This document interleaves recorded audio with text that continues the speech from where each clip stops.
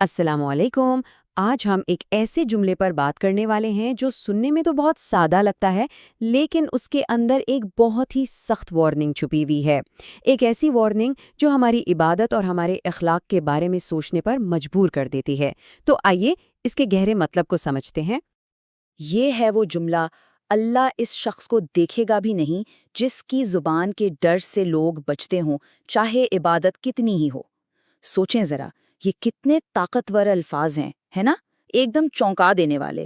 تو چلیں اس کو بہتر طور پر سمجھنے کے لیے اسے حصوں میں توڑ کر دیکھتے ہیں کہ اس کا اصل پیغام کیا ہے۔ اچھا، تو سب سے پہلا سوال یہ اٹھتا ہے کہ آخر یہ کون سا ایسا گناہ ہے جس کی اتنی سخت سزا ہے؟ حدیث مبارکہ کا جو اشارہ ہے نا، وہ ایک بہت ہی خاص قسم کی زبان کی طرف ہے، یعنی وہ زبان جس سے لوگ خوف کھانے لگیں۔ تو اس کا مطلب کیا ہوا؟ کیا یہ صرف غصے میں بات کرنا ہے یا بدتمیزی ہے؟ نہیں، یہ اس سے کہیں آگے کی بات ہے۔ یہ ایک ایسا رویہ ہے جہاں کسی کے الفاظ میں اتنی چبھن ہو، اتنی سختی ہو، یا وہ ایسی باتیں کرتا ہو کہ فتنہ پھیلائے کہ لوگ کہیں کہ بھئی اس شخص سے دور رہنا ہی بہتر ہے، وہ اس سے بات کرنا ہی چھوڑ دیں۔ یہ وہ زبان ہے جو رشتوں کو جوڑتی نہیں بلکہ توڑ کے رکھ دیتی ہے۔ اور اس کی کئی شکلیں ہو سکتی ہیں، ہے نا؟ مثال کے طور پر ہر وقت دوسروں میں کیڑے نکالنا، مسلسل تنقید کرنا، یا پھر ایسا طنز کرنا جس سے دوسرے کی بے عزتی ہو، یا پھر غیبت اور چغلی کے ذریعے لوگوں کو ایک دوسرے سے لڑوا دینا۔ یہ ساری وہ باتیں ہیں جو کسی کو بھی شدید ذہنی تکلیف پہنچا سکتی ہیں۔ اچھا، اب آتے ہیں اس حدیث کے سب سے حیران کن بلکہ چونکا دینے والے حصے پر، اور وہ یہ ہے کہ یہ ہماری ذاتی عبادتوں اور ہمارے سماجی رویے، یعنی لوگوں کے ساتھ ہمارے برتاؤ کو آمنے سامنے لا کھڑا کرتی ہے۔ تو یہاں جو سب سے اہم بات سمجھنے کی ہے نا، وہ یہ ہے کہ یہ حدیث ایک بالکل واضح لائن کھینچ دیتی ہے۔ یہ صاف صاف بتا رہی ہے کہ کسی کی ذاتی عبادت چاہے وہ کتنی ہی زیادہ کیوں نہ ہو، اس کے برے اخلاق یا لوگوں کو پہنچائی گئی تکلیف کا ازالہ نہیں کر سکتی۔ یہاں پر ایک بہت گہرا تضاد نظر آتا ہے۔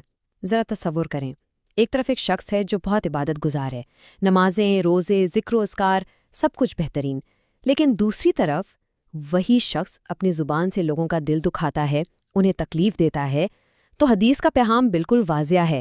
اس کا یہ جو منفی عمل ہے نا، یہ اس کی ساری نیکیوں اور عبادتوں پر پانی پھیر دیتا ہے، انہیں بے اثر کر دیتا ہے۔ اور ذرا ان الفاظ پر خاص طور پر غور کریں، چاہے اس نے کتنی ہی عبادتیں کیوں نہ کی ہوں۔ یہ جو حصہ ہے نا، یہ ہر قسم کے اگر مگر، ہر بہانے کی گنجائش کو ہی ختم کر دیتا ہے۔ مطلب کوئی رعایت نہیں ہے۔ یہ ایک ایسا اٹل اصول ہے جو ہمیں بتاتا ہے کہ بہت زیادہ عبادت کرنا برے اخلاق کے لیے کوئی بہانہ نہیں بن سکتا۔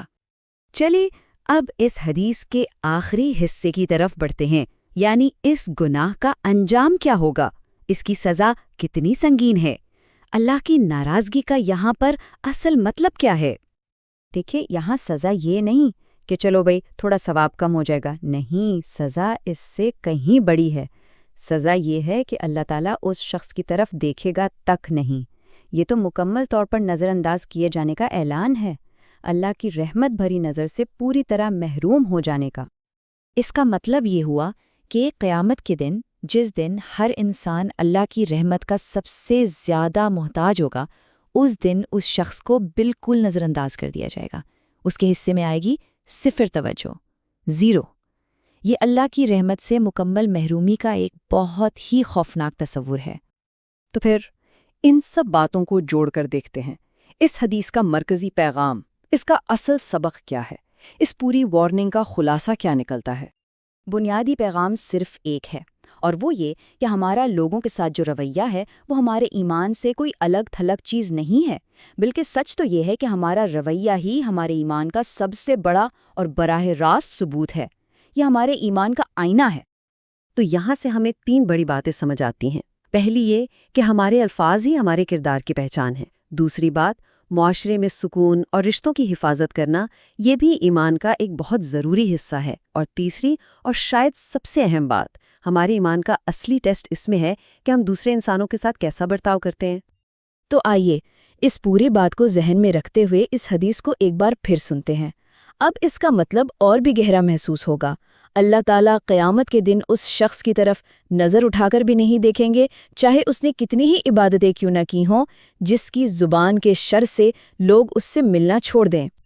اور آخر میں ایک سوال جو ہم سب کو سوچنا چاہیے کہ انصاف کے ترازو پر ہمارے بولے گئے الفاظ کا اصل وزن آخر کیا ہوگا؟